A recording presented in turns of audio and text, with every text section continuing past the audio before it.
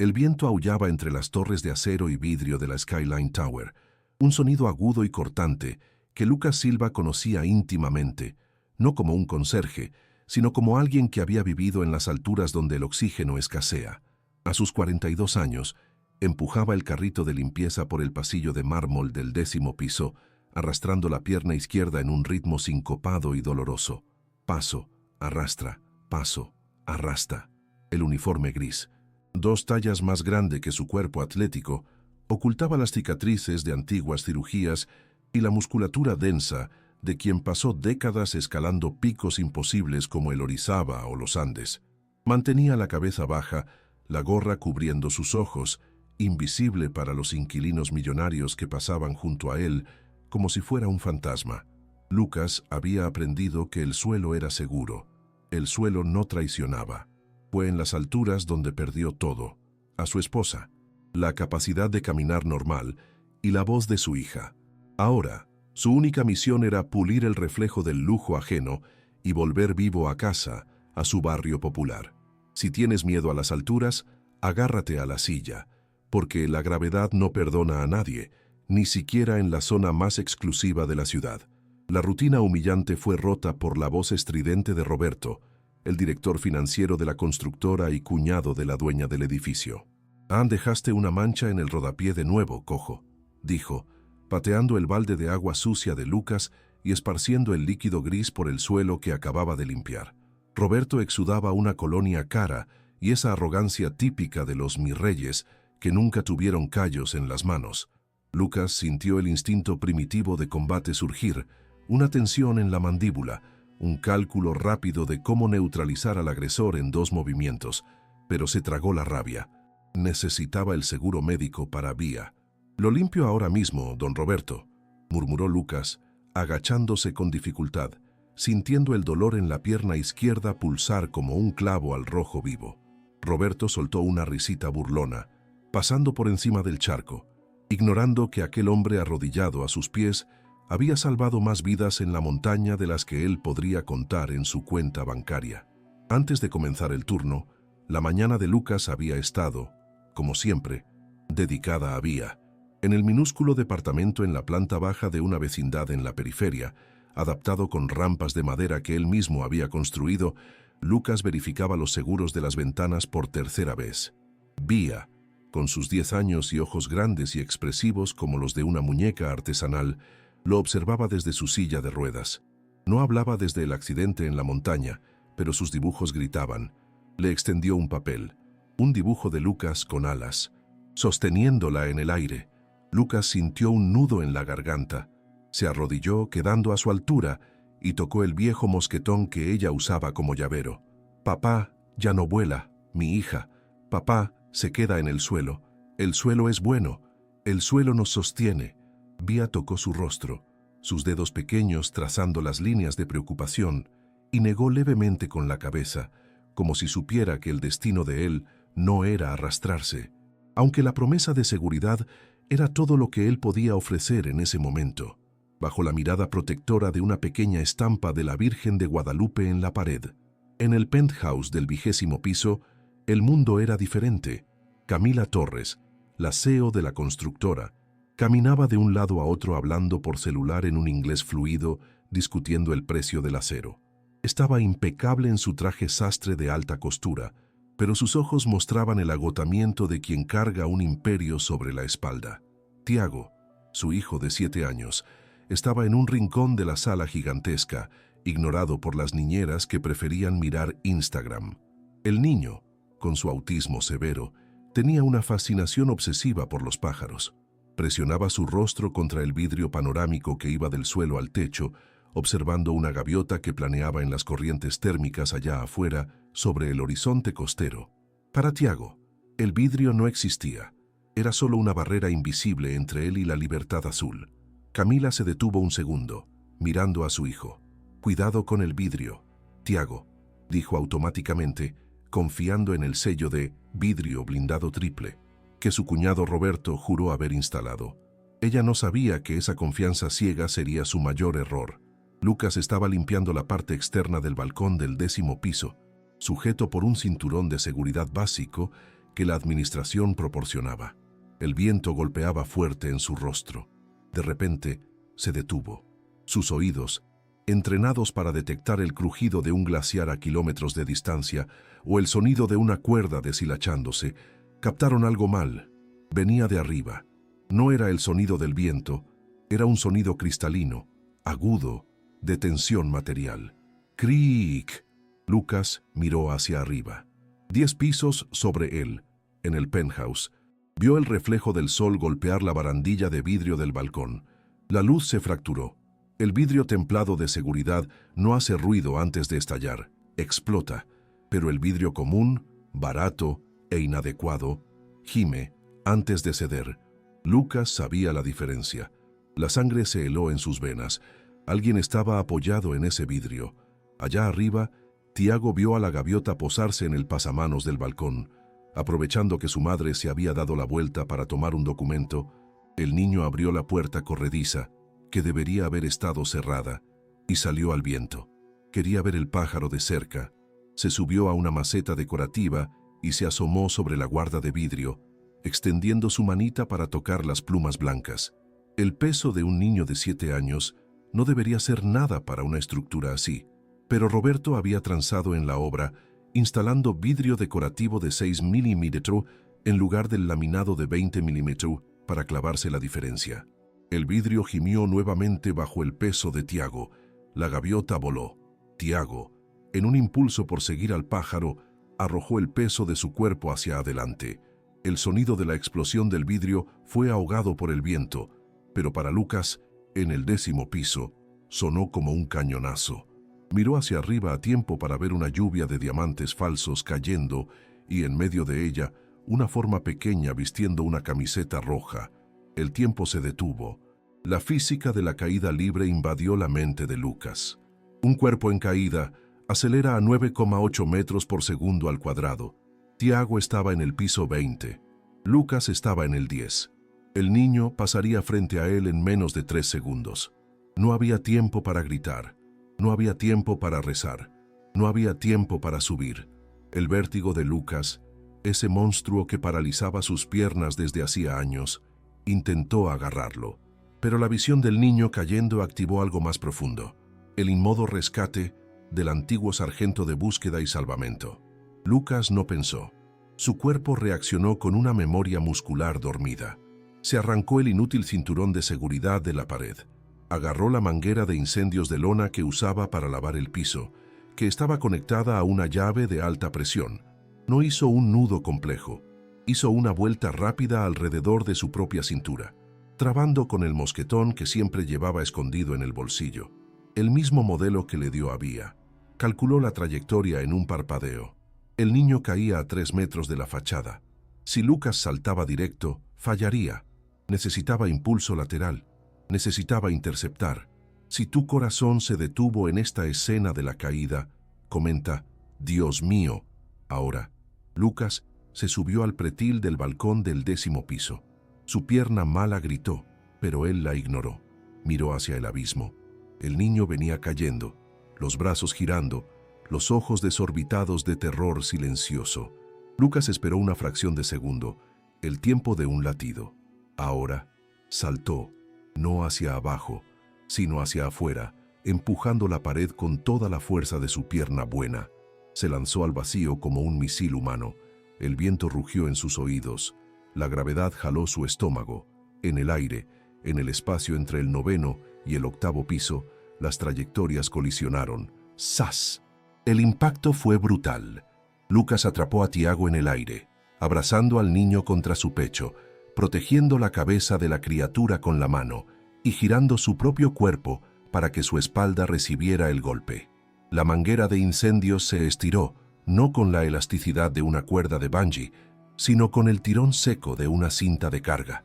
Lucas sintió sus costillas crujir cuando la manguera frenó su caída abruptamente, haciéndolos pendular violentamente hacia el edificio. Sabía lo que vendría después, el impacto contra la fachada. Encogió las piernas preparándose. Chocaron con fuerza contra una red de protección de obras que cubría el 5º piso, una remodelación de fachada que Lucas había criticado días antes, pero que ahora era su salvación. La red se rasgó absorbiendo parte de la energía y quedaron colgando, girando en el viento a 30 metros del suelo. El silencio que siguió fue ensordecedor. Allá abajo, en la calle, las sirenas comenzaban a aullar. En el 10º piso, la manguera de incendios rechinaba, estirada al límite. Lucas estaba mareado, con sangre escurriendo de la nariz, pero sus brazos eran barras de acero alrededor de Tiago. El niño temblaba, en shock, pero ileso.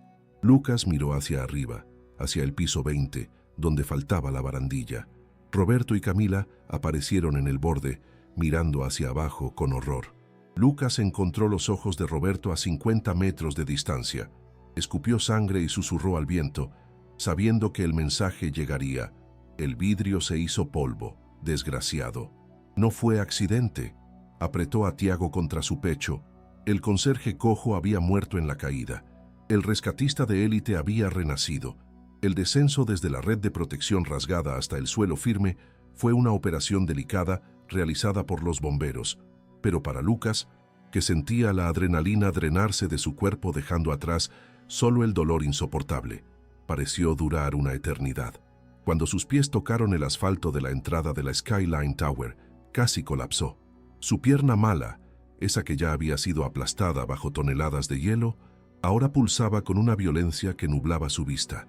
Tiago, todavía aferrado a su cuello como un koala, se negaba a soltarlo. El niño ya no lloraba.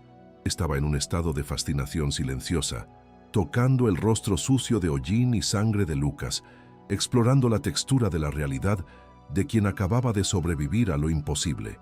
Camila rompió el cordón de aislamiento policial como una leona, arrancando a su hijo de los brazos del conserje y cayendo de rodillas, cubriendo al niño de besos desesperados, revisando cada centímetro de piel en busca de heridas que, milagrosamente, no existían. ¿Cómo?, balbuceó Camila, mirando hacia arriba, a la altura vertiginosa de donde habían venido, y luego al hombre encorvado frente a ella. Lucas intentó enderezar la postura, limpiándose la sangre de la nariz con el dorso de la mano enguantada. «Física, señora, pura física y fricción», respondió él con la voz ronca. Los paramédicos intentaron ponerlo en una camilla, pero él rechazó con un gesto seco. No quería ser examinado. No quería que vieran las cicatrices antiguas bajo el uniforme. Pero antes de que pudiera alejarse, Roberto surgió de la multitud. El director financiero estaba pálido, sudando frío, pero sus ojos no demostraban alivio, sino un cálculo frenético de daños. «¿Qué hacías en ese piso, Silva? El balcón estaba clausurado. ¿Asustaste al niño? ¿Fue eso? ¿Lo perseguiste hasta el borde?», acusó Roberto, alzando la voz para que la prensa, que ya llegaba al lugar como buitres, pudiera escuchar la narrativa que él estaba construyendo allí mismo. Lucas miró a Roberto con la frialdad de quien ya ha mirado a la muerte a los ojos y no parpadeó. «Estaba limpiando la porquería que ustedes esconden, don Roberto», dijo Lucas, lo suficientemente bajo solo para que ellos oyeran. El vidrio no se rompió con el impacto, se deshizo antes. El vidrio templado de seguridad no hace eso. Aquello era vidrio común. El niño cayó porque la barandilla era de azúcar. Roberto tragó saliva, un tic nervioso tirando de la comisura de su ojo izquierdo. Se giró rápidamente hacia Camila, que aún abrazaba a Tiago. «Camila, no escuches a este tipo. Está en shock, delirando. Nuestros edificios siguen los estándares internacionales más rigurosos. Es obvio que fue una falla humana. El niño debió haber usado alguna herramienta o este conserje dejó la puerta de servicio abierta, creando un vacío de presión». Camila se levantó, recuperando su postura de CEO, aunque sus manos aún temblaban. Miró a Lucas, al uniforme sucio, a la pierna que él intentaba esconder. La gratitud luchaba contra el orgullo corporativo. «Lucas, salvaste la vida de mi hijo. La empresa pagará todo tu tratamiento médico y te daremos un bono generoso». Hizo una pausa, endureciendo la mirada. «Pero Roberto tiene razón sobre los protocolos. Mis ingenieros garantizaron ese vidrio. Si hubo falla, fue una anomalía de 1 en 1.000.000, no un error estructural. No esparzas pánico infundado sobre la seguridad del Skyline». El valor de las acciones no puede caer por chismes de un empleado de limpieza. Lucas sintió el golpe. No fue físico, pero dolió más. Ella prefería creer en hojas de cálculo firmadas por mentirosos que en la palabra del hombre que sangró para salvar a su hijo. «Quédese con su bono, señora», dijo Lucas, dándole la espalda y comenzando a cojear hacia la salida de servicio, arrastrando la pierna con dignidad dolorosa. «Pero cheque las facturas. El vidrio de seguridad laminado cuesta 1.000 el metro. La porquería que está allá arriba cuesta 100. La gravedad no miente, y va a cobrar la diferencia de nuevo». Salió antes de que ella pudiera responder, dejando a Camila parada en medio del caos, con una semilla de duda plantada en el corazón de concreto que ella había construido alrededor de sí misma. Roberto, percibiendo el peligro, tomó el teléfono inmediatamente. «Limpien todo. Ya. Quiero los pedazos de vidrio desaparecidos antes de que llegue el peritaje. Digan que fue procedimiento de seguridad para evitar cortes a los peatones». Lucas llegó a casa arrastrándose, el cuerpo pidiendo a gritos analgésicos que él evitaba tomar para no entorpecer sus reflejos. Al abrir la puerta, encontró a Vía despierta, sentada en su silla de ruedas frente a la televisión encendida en el noticiero local. La pantalla mostraba imágenes amateurs tomadas por un vecino, un borrón gris y rojo pendulando en el aire, salvando al niño. El titular decía: «El milagro del Skyline, conserje héroe». Vía miró a su padre, no sonrió. Lloraba silenciosamente, señaló la pierna de él, luego su propio corazón. «Prometiste no subir más», decían sus ojos. Lucas se derrumbó en el sofá viejo, atrayendo a su hija para un abrazo. «Lo sé, mi amor, lo sé, pero estaba cayendo. Igual que mamá». La mención a la madre hizo que Vía sollozara, enterrando el rostro en el pecho de él. Lucas acarició su cabello, mirando al techo con humedad. Había sobrevivido a la caída, pero sabía que el aterrizaje sería la parte más difícil. No lo dejarían en paz. Esa noche, el dolor impidió que Lucas durmiera, pero no fue solo el dolor físico, fue la certeza técnica de que el edificio era una trampa mortal. Si el vidrio del penthouse era fraudulento, ¿qué más estaba mal? ¿Las vigas? ¿El sistema contra incendios? ¿Los elevadores? Pensó en las cientos de familias durmiendo apiladas en esa torre de lujo. Él ya no era un sargento de rescate, pero la responsabilidad de proteger la vida no es un uniforme que se quita, es un tatuaje en el alma. Se levantó, se puso una sudadera negra con capucha para cubrirse el rostro y tomó su vieja mochila de equipo, vacía de cuerdas, pero llena de herramientas de apertura silenciosa. Necesitaba pruebas, y sabía exactamente a dónde los limpiadores de Roberto llevarían los restos del vidrio, al contenedor compactador en el sótano, antes de ser llevados al vertedero a la mañana siguiente. Invadir su propio lugar de trabajo fue perturbadoramente fácil.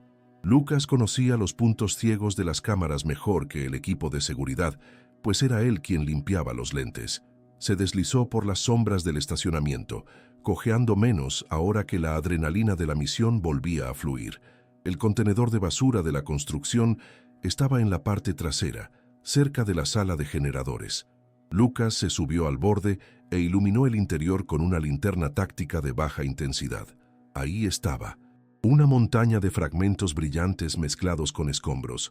Bajó dentro de la basura. Con guantes gruesos, tomó un puñado de los fragmentos. Los frotó entre los dedos. Eran lisos, bordes redondeados, pequeños cubos. Templado simple. Susurró con rabia.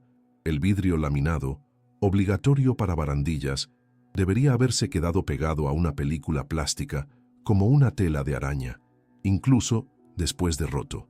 Ese vidrio se había desintegrado en el aire, dejando caer a Tiago sin resistencia. Era material barato, usado para canceles de baño, no para balcones a 100 metros de altura. ¡Qué poca madre!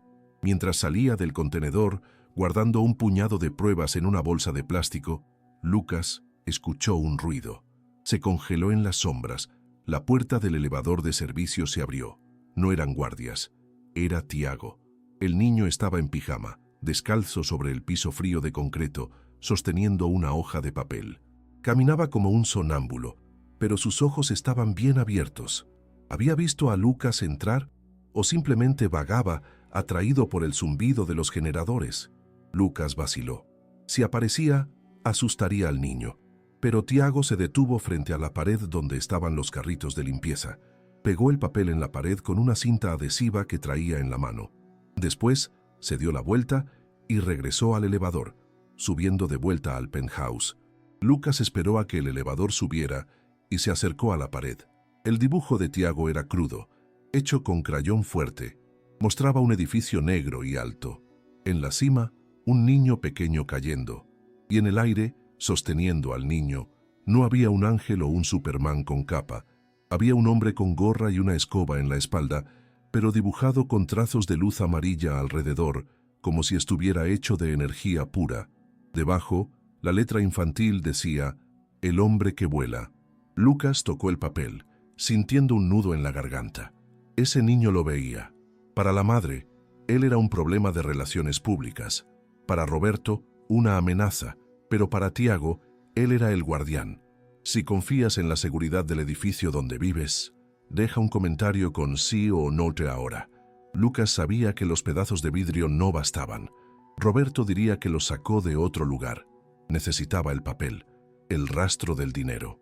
Subió por las escaleras de emergencia hasta el mezzanine, donde estaba la oficina de administración de la obra, una sala llena de archivos que aún no habían sido digitalizados. La puerta tenía una cerradura electrónica, pero Lucas, como conserje, sabía que el código estándar de fábrica nunca había sido cambiado por los flojos de mantenimiento. 1, 2, 3, 4.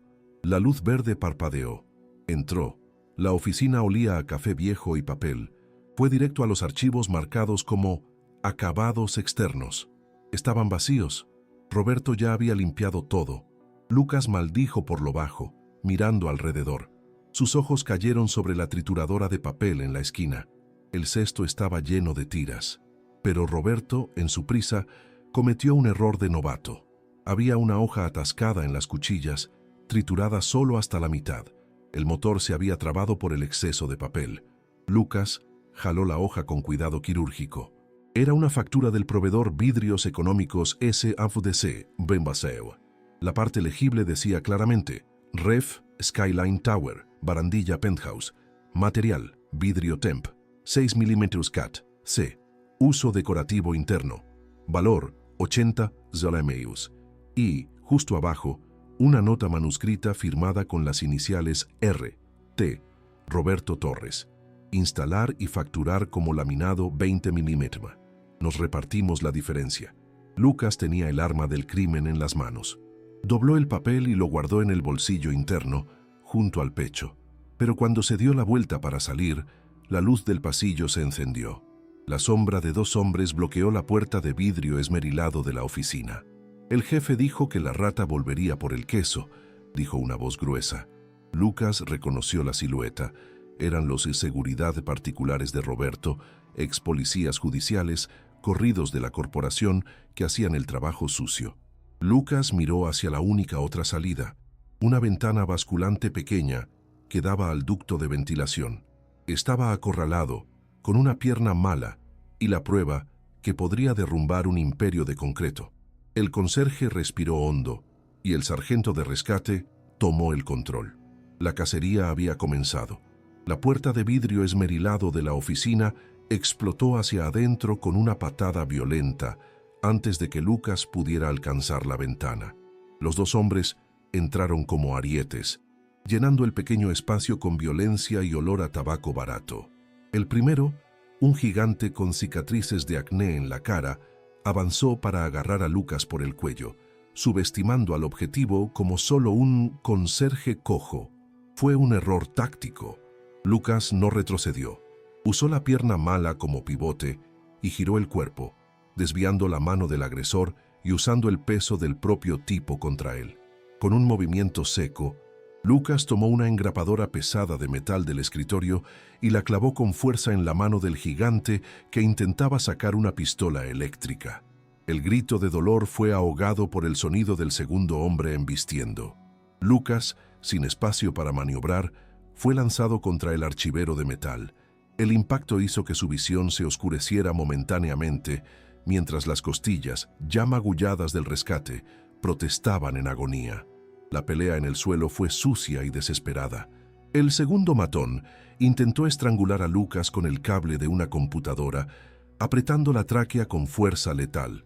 El aire comenzó a faltar, puntos negros bailaron en los ojos de Lucas, pero la memoria muscular de combates en grietas heladas a 6.000 metros de altura asumió el mando. Lucas tanteó el suelo, sus dedos encontrando un termo de café que había caído del escritorio. Lo agarró y golpeó ciegamente hacia atrás, dando en la sien del agresor. El agarre en el cuello se aflojó. Lucas giró, respirando con dificultad, y aplicó un golpe preciso en la rodilla del hombre, dislocando la articulación. No fue una pelea de película, fue supervivencia brutal. Con los dos hombres incapacitados temporalmente, gimiendo en el suelo, Lucas tomó la factura manchada de sangre, su sangre, y cojeó hacia la salida de incendios, desapareciendo en las escaleras oscuras antes de que llegaran los refuerzos. A la mañana siguiente, Camila Torres no lograba concentrarse en la junta directiva. La voz de Roberto, presentando gráficas de ganancias proyectadas, sonaba como el zumbido de un mosquito molesto. Ella miraba sus propias manos, que aún parecían sentir el peso del cuerpo de su hijo salvado. La duda plantada por Lucas había crecido como una raíz venenosa durante la noche. Disolvió la reunión abruptamente, ignorando las protestas de su cuñado. «Cancela mi agenda», ordenó a la secretaria. Necesitaba ver la cara del hombre que acusó a su obra de ser un fraude. Tomó la dirección de la ficha de recursos humanos, un barrio en la periferia industrial, lejos del brillo de Santa Fe, y condujo ella misma, sin chofer, guiada por una necesidad visceral de verdad. La casa de Lucas era un cubo de concreto sin revocar, apretujado entre talleres mecánicos, pero la banqueta estaba barrida y había macetas con flores bien cuidadas en la ventana. Cuando Camila tocó la puerta de metal pintada de azul, fue Vía quien abrió.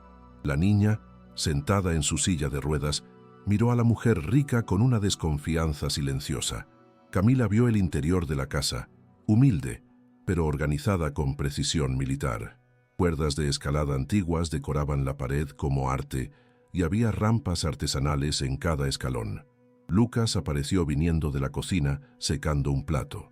Cojeaba más que el día anterior y había un moretón morado extendiéndose por su mandíbula, mal disimulado por la barba de 3 días. Camila sintió un choque de realidad. Aquel hombre vivía en un mundo donde el dolor era constante y aún así tenía la dignidad de un rey exiliado. «Señora Camila, ¿vino a despedirme personalmente?», preguntó Lucas, sin sarcasmo, solo con cansancio. Le hizo una seña para que entrara. Camila vaciló, sintiéndose una intrusa con su ropa de marca en aquel santuario de supervivencia.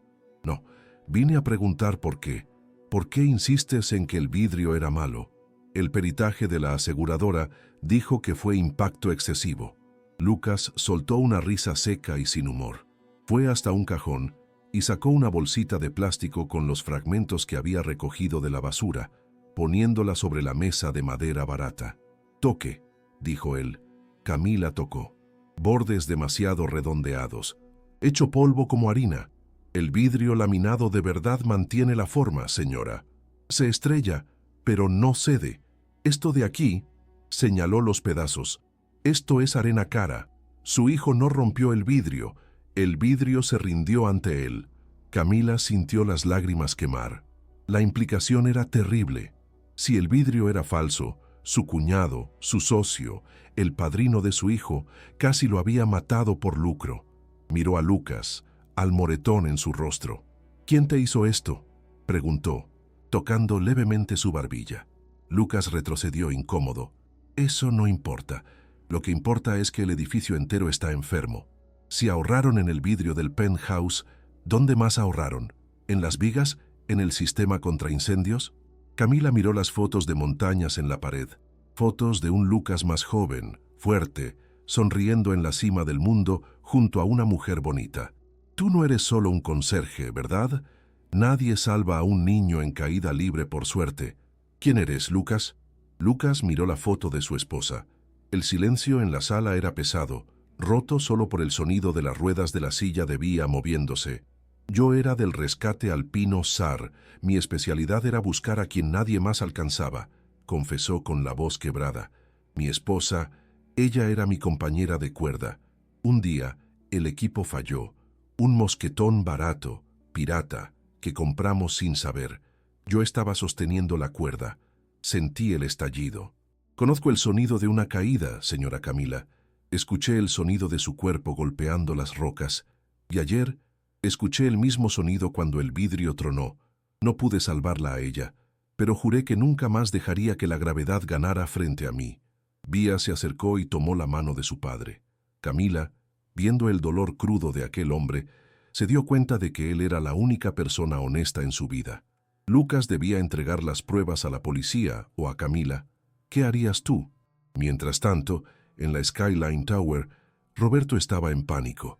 Sus matones habían fallado y reportado que Lucas había huido con un papel. Sabía que era la factura. Si ese papel llegaba a Camila o a la policía, pasaría el resto de su vida en el reclusorio. Necesitaba destruir el archivo físico original en el sótano y, al mismo tiempo, crear una distracción lo suficientemente grande para justificar la pérdida de datos y tal vez, con suerte, eliminar al conserje si estaba en el edificio.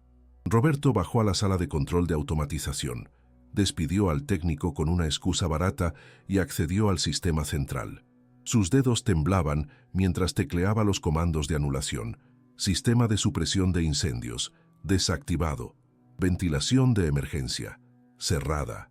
Roberto sacó un encendedor del bolsillo y caminó hacia la sala de archivo muerto en el sótano, donde cajas de cartón llenas de documentos antiguos se apilaban hasta el techo. Encendió una esquina de una caja. El fuego prendió rápido, alimentado por el papel seco. Roberto salió, cerrando la puerta con llave, y corrió hacia el panel de alarma. Esperó 1 minuto, 2, hasta oler el humo real. Entonces, accionó la alarma manual, pero con una modificación cruel. Activó el protocolo de contención total, un sistema diseñado para evitar que el fuego se propagara, bloqueando las puertas cortafuego magnéticamente y deteniendo los elevadores. Quería crear caos controlado, quemar las pruebas y salir como víctima. Pero subestimó la velocidad del fuego en un edificio que, como Lucas sospechaba, tenía aislamiento térmico inflamable barato en las paredes. ¡Qué irresponsable! De vuelta en casa de Lucas, el celular de Camila sonó. Era la niñera de Tiago, histérica. «Doña Camila, la alarma de incendio. Estamos atrapados. El elevador se paró y las escaleras están llenas de humo. Las puertas no abren». La sangre de Camila se heló. «¿Dónde están?», gritó. «En la ludoteca del penthouse. Tiago subió a ver los pájaros y fui detrás, pero ahora no podemos bajar». Camila miró a Lucas con ojos de terror absoluto. «El edificio se está incendiando. Mi hijo está atrapado en el penthouse». Lucas no vaciló. No preguntó sobre su salario, sobre su pierna o sobre el riesgo. Fue hasta el armario y tomó su mochila de equipo, que no abría hacía 5 años. Sacó un par de piolets de hielo técnicos y un rollo de cuerda estática. «Vámonos», dijo. «Su edificio es una chimenea. Si el sistema falló, tienen menos de 20 minutos antes de que el penthouse se derrita». En el camino hacia el edificio, la tormenta que se formaba en el horizonte costero finalmente se desató. Lluvia torrencial y vientos huracanados golpearon la ciudad, transformando el escenario en una pesadilla gris. Cuando llegaron a la Skyline Tower, el humo negro ya salía por las ventanas de los pisos bajos. Los bomberos estaban ahí, pero sus escaleras Magirus solo alcanzaban hasta el piso 15. El penthouse, en el 30, estaba fuera de alcance y envuelto en humo tóxico interno. El sistema de contención total de Roberto había transformado la cima del edificio en una trampa mortal. Lucas bajó del auto de Camila cojeando, miró hacia arriba, a la torre de vidrio azotada por la lluvia y el fuego. Sintió el vértigo golpear, el miedo paralizante que lo había mantenido en el suelo por años. Pero entonces vio el rostro de Tiago en la ventana allá en lo alto, una mancha pequeña contra el vidrio. «No hay forma de subir por dentro. Las escaleras son hornos», dijo el jefe de bomberos a Camila. «Y con este viento, El helicóptero no puede acercarse. Camila gritó desesperada. Lucas se acercó a ella. Puso la mano en el hombro del aseo, firme. «Yo voy a subir», dijo. Por fuera. El bombero se rió, nervioso. «Es suicidio, compadre. El vidrio está resbaloso. Hay viento de 80 por hora». Lucas ajustó el arnés de escalada sobre el uniforme de conserje. Miró la estructura externa del elevador panorámico, que estaba trabado en el piso 20. Había cables de acero, vigas de soporte. Era una montaña de metal y vidrio. «Ya escalé hielo vertical en la oscuridad, comandante. Esto es solo un paseo en la Alameda». Lucas clavó el primer piolet en la junta de dilatación del concreto de la fachada. La pierna dolió. El corazón se aceleró, pero comenzó a subir. El conserje se había quedado en el suelo. El hombre araña estaba de vuelta. La lluvia caía como plomo derretido, azotando la fachada de vidrio de la Skyline Tower. Lucas clavó la punta del piolet en la junta entre dos placas de concreto a 30 metros del suelo. El sonido fue un crack seco, ahogado por el trueno que sacudió el edificio. No miró hacia abajo. La regla número 1 del alpinismo es nunca mirar al abismo, solo al próximo punto de apoyo. Pero su cuerpo recordaba la altura. Su pierna izquierda, la que fue reconstruida con clavos de titanio tras la caída en el Himalaya, gritaba con cada impulso, un recordatorio constante de su mortalidad. No estaba escalando una montaña silenciosa y majestuosa. Estaba escalando un monstruo de ego y acero, resbaloso, vibrando con el calor del fuego interno y golpeado por vientos feroces. Era una mancha oscura en el costado del edificio iluminado, subiendo hacia el infierno para robar una vida de vuelta. Allá abajo, en el lobby transformado en centro de mando de crisis, Camila veía la locura a través de binoculares tácticos prestados por un bombero. A su lado, Vía estaba sentada en su silla de ruedas, protegida por una manta térmica, sosteniendo el viejo diario de campo de su padre, que sacó de la mochila antes de que él subiera. Jaló la manga del abrigo de Camila y le entregó el cuaderno. Camila, con las manos temblorosas, abrió las páginas gastadas. No había notas de limpieza u horarios de turno. Había mapas topográficos del K2, del Mont Blanc, de la Concagua.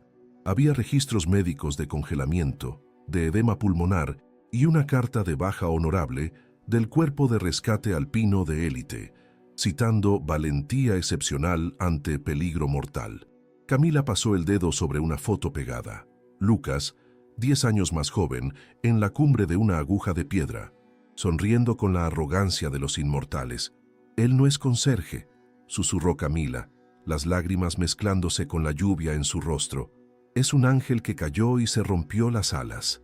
En el piso 20, el calor comenzaba a irradiar a través del piso de la ludoteca. El humo, bloqueado por las puertas cortafuego magnéticas que Roberto había trabado, se acumulaba en el pasillo, buscando cualquier grieta para entrar. Tiago estaba encogido debajo de una mesa de actividades, tapándose los oídos para bloquear el sonido agudo de la alarma y el aullido del viento. La niñera se había desmayado en el sofá debido a la inhalación de monóxido de carbono que se filtraba por la ventilación. El niño estaba solo. Miró hacia la ventana panorámica.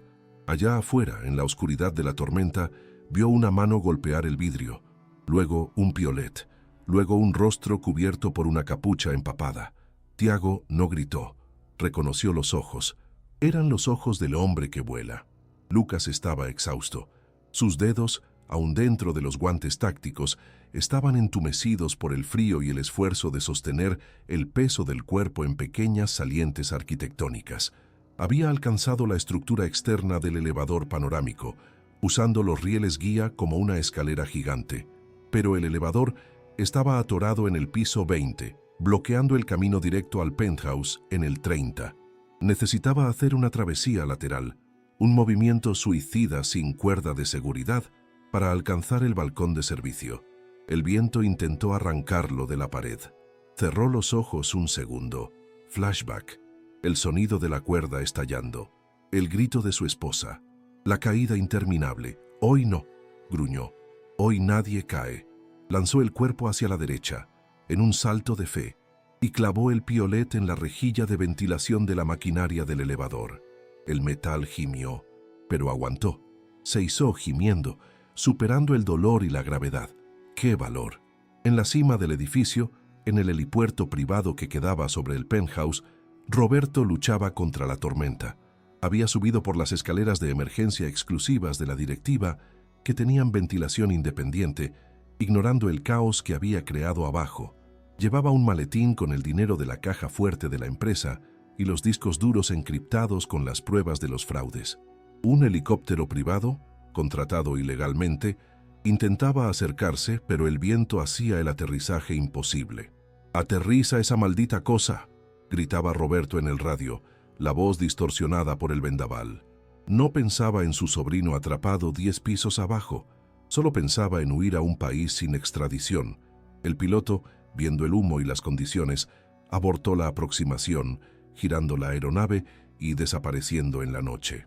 Roberto se quedó solo en el techo, gritando maldiciones al cielo, acorralado por el fuego que subía y el abismo que lo rodeaba.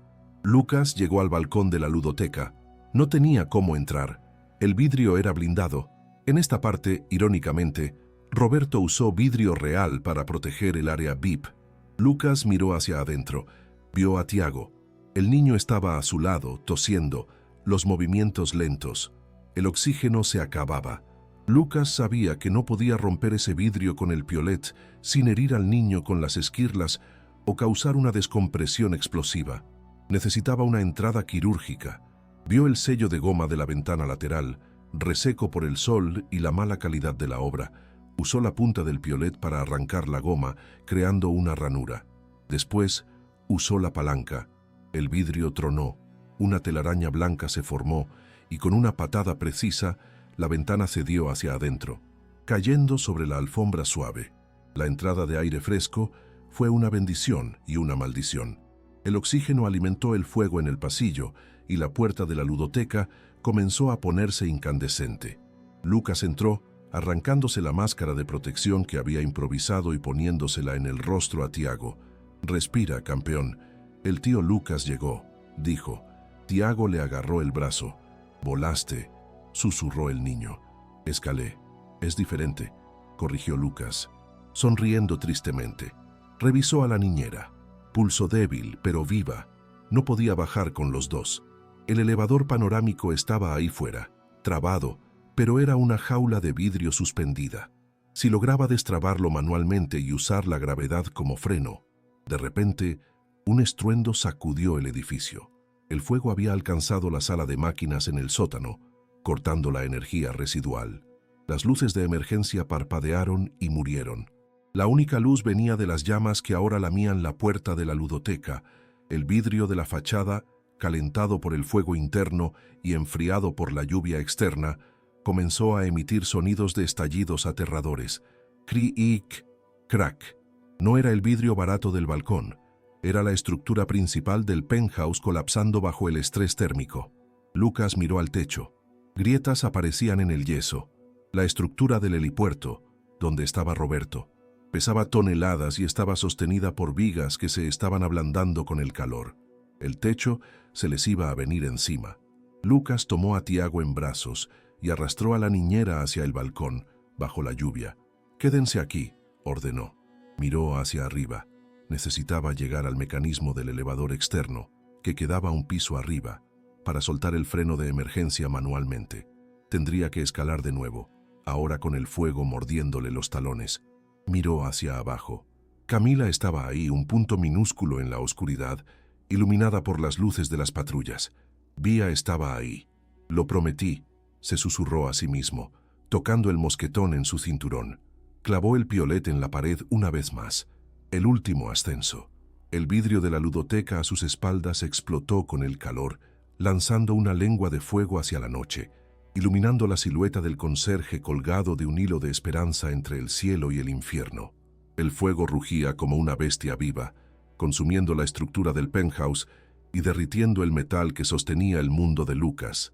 Colgado a 100 metros del suelo, aferrado a la rejilla de mantenimiento del elevador con dedos que ya no sentían frío ni dolor, luchaba contra una palanca de freno manual oxidada por la brisa marina y la negligencia. Dentro de la cabina de vidrio, Tiago estaba sentado en el suelo, abrazado a la niñera inconsciente, mirando hacia arriba, al techo de vidrio donde la silueta de Lucas trabajaba frenéticamente. «El hombre que vuela», susurraba el niño, confiando en esa figura sombría más que en cualquier ingeniería. Lucas pateó la palanca. Nada. El mecanismo estaba fundido. Sobre él, el helipuerto gimió. Una viga de acero incandescente se desplomó, pasando a centímetros del elevador, cortando el aire con un silbido mortal. No había más tiempo. El edificio colapsaba. Lucas tomó la decisión que separaba a los vivos de los muertos. No podía arreglar el elevador. Tendría que ser el elevador. Sacó su cuerda estática de 60 metros de la mochila, con movimientos rápidos y precisos de quien ya hizo nudos bajo nevadas cegadoras.